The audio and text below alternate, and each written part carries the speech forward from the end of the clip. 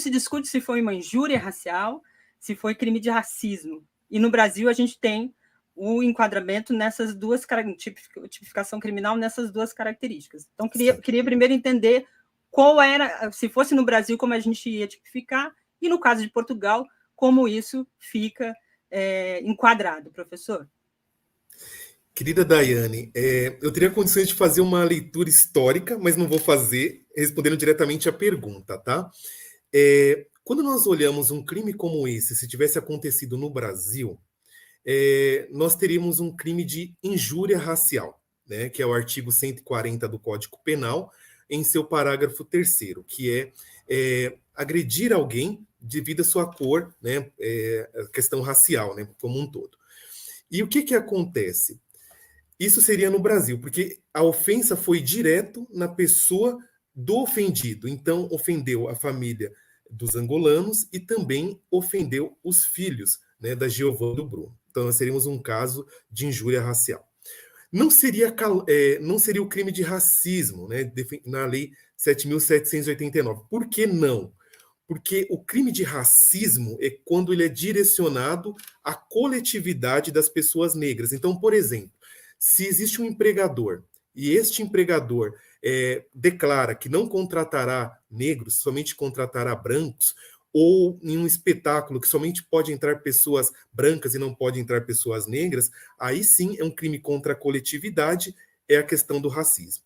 Então, no Brasil, novamente, nós estaríamos diante de um crime de injúria racial, artigo 140, parágrafo 3º, né? Então, nós temos aqui a distinção. Agora, vamos lá. Esse crime, ele aconteceu no território português, né? Então, muitas pessoas falam assim, não, lá vai ser diferente do que aconteceu aqui. Então, a gente tem que ser cirúrgico para nós explicarmos essa situação.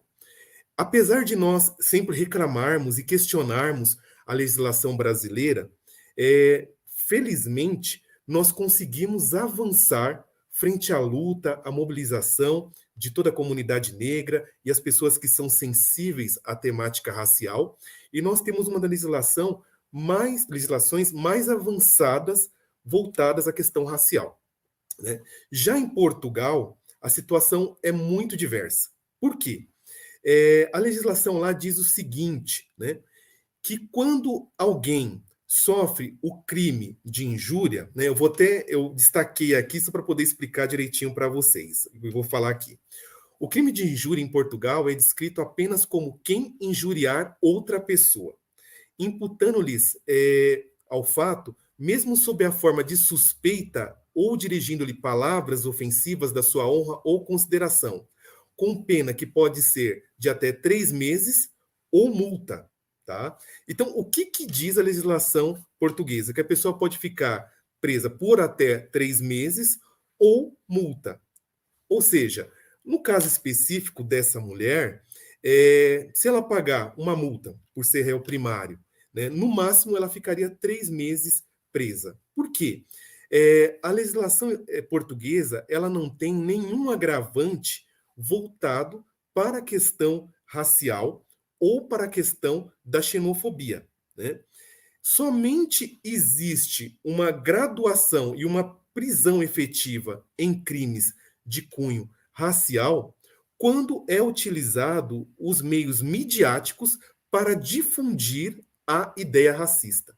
A última vez que se tem algum histórico de um crime racial coincidir com prisão foi há mais de 20 anos. No ano passado, a Câmara, né, lá dos Deputados tentou viabilizar uma penalidade maior para quem cometesse crimes raciais. Por quê? Se observa em Portugal, assim como em toda a Europa, um crescimento dos crimes de racismo. Mas assim como é muito parecido com o Brasil, houve um corporativismo, né, dos parlamentares de Portugal para que não houvesse essa tipificação voltada aos crimes raciais e aos crimes de xenofobia. Então, em suma, muito provavelmente, mesmo com a representação de Bruno e de Giovanna, essa mulher dificilmente ficará presa. Mas nós sempre temos que enxergar uma luz no fundo do túnel. Infelizmente, esse caso, ele serve como um acúmulo para que a discussão possa É, ser reiniciada, né, e ampliada, na Câmara dos Deputados de Portugal, para que esta situação, infelizmente, de discriminação racial não ocorra novamente naquele país.